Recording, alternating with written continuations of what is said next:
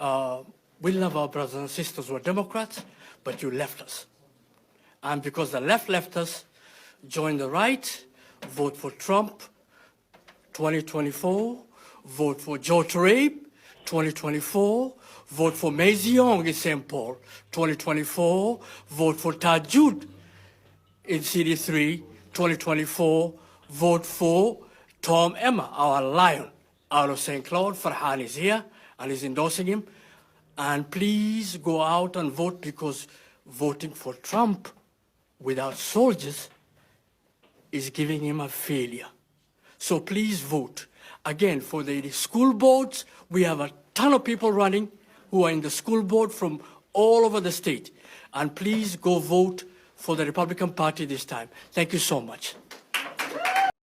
What's up, family? It's Joy here. And today, we are diving into something serious, emotional, and honestly, a lesson the world keeps repeating. We are talking about the Somali-Americans community in Minnesota, a community that has found itself in the middle of political promises and painful consequences. If you're new to my channel, don't forget to like, subscribe, and share for more. And a disclaimer, this video is for education purposes and discussion purposes only. So let's get to it. What would you say to the president if you were standing here right now? Mr. President, we campaign for you. We have hope in you. We see hope in you. Please differentiate between good, bad, and evil. That's a Somali immigrant who voted for President Trump in 2024, but now Trump is demonizing Somalis in America, specifically here in Minnesota. I don't want them in our country, I'll be honest with you, okay? Somebody would say, oh, that's not politically correct. I don't care. I don't want them in our country. We're going to go the wrong way if we keep taking in garbage into our country. I got 5 children. My children are no garbage. I campaigned for the president in 2024. I actually went out and we reached 50 million people endorsing Trump 7 days before the election. What drew you to the president? Because we believed he was an agent of chaos. We couldn't afford anything back then. There was a fentanyl crisis. There was an issue of affordability. The living standards went down. Crime issues. These are 5 very important things to us. And we believe that Trump would be the solution to it. I've been a Republican for over 25 years. I'm not going to stop being a Republican. But what I do know is for a fact is we're getting killed out here because people are saying, we told you so. Long ago, Somali community leaders proudly stood on stage in front of cameras with microphones, held high declaring their support for Donald Trump and the Republican Party. The message was loud and clear. Democrats have failed us. Our economy is suffering.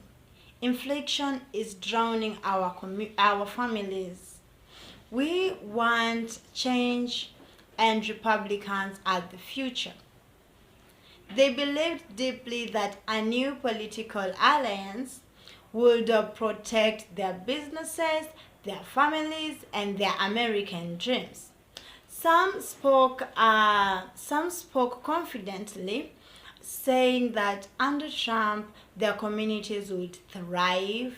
They hoped that backing a strong conservative agenda would guarantee safety and opportunity. But now, the tone has changed drastically. Those same communities are suddenly living with fear. Mass deportation rumors, increased ICE presence, and talk of denaturalization, stripping citizenship from people who have built their lives here for decades. Parents are afraid to drive, young people are afraid to go to school, families are avoiding hospitals and public spaces. A community that once felt powerful is now feeling invisible and hunted. And while they cry out for help, something uncomfortable comes up, because other black communities, especially African Americans, are looking at this situation with mixed emotions. Like, be real, and I say it with love. For years, many Somali immigrants refused to identify with Black Americans. Some distanced themselves socially, some looked down on African American culture, and some even mocked the struggles. The long historical fight against racism in this country.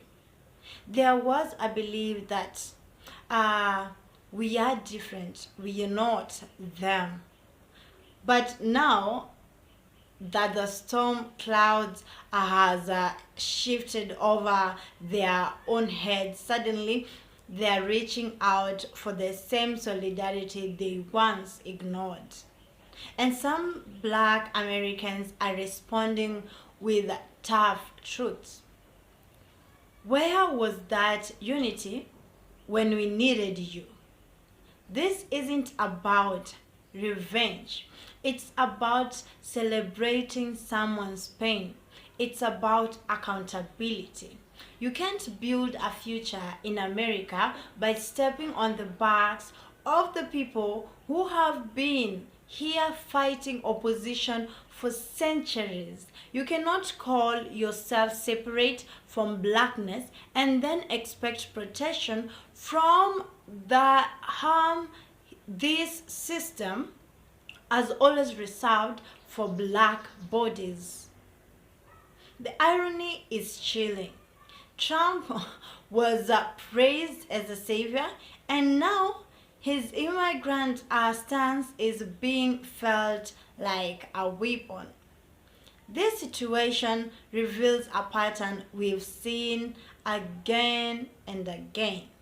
Immigrant communities are welcomed into whiteness until they are no longer useful political promises sounds sweet, until policy becomes punishment, and unity is ignored until it becomes necessary for survival. So here's the message we all need to hear today. Being Black, whether you are Somali, Nigerian, Jamaican, African American, or Afro-Latino, means we are bound together. But the way this world sees us, even when we try to separate ourselves, you can deny the labels, but American will never deny the racism. This moment could be a turning point. Somali-Americans can choose to build bridges they once burned down. They can choose to stand with other Black communities, not avoid them, not apart from them, but as family. Because when the system comes for one of us, it comes for all of us. My heart goes out to every Somali family living in fear right now. Nobody deserves to have their future threatened. Nobody deserves to wake up wondering if their home is still their home.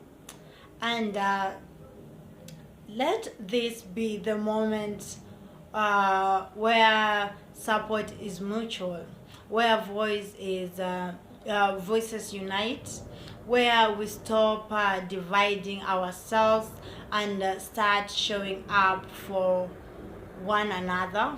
We can't rewrite what happened yesterday, but we can decide what happens next. Unity is not just a word, it is survival. I'm Joy. Thank you for watching. Stay strong, stay informed, and most important, stay together. Don't forget to subscribe, like, and share for more commentaries like this. Now let me see you on the next one.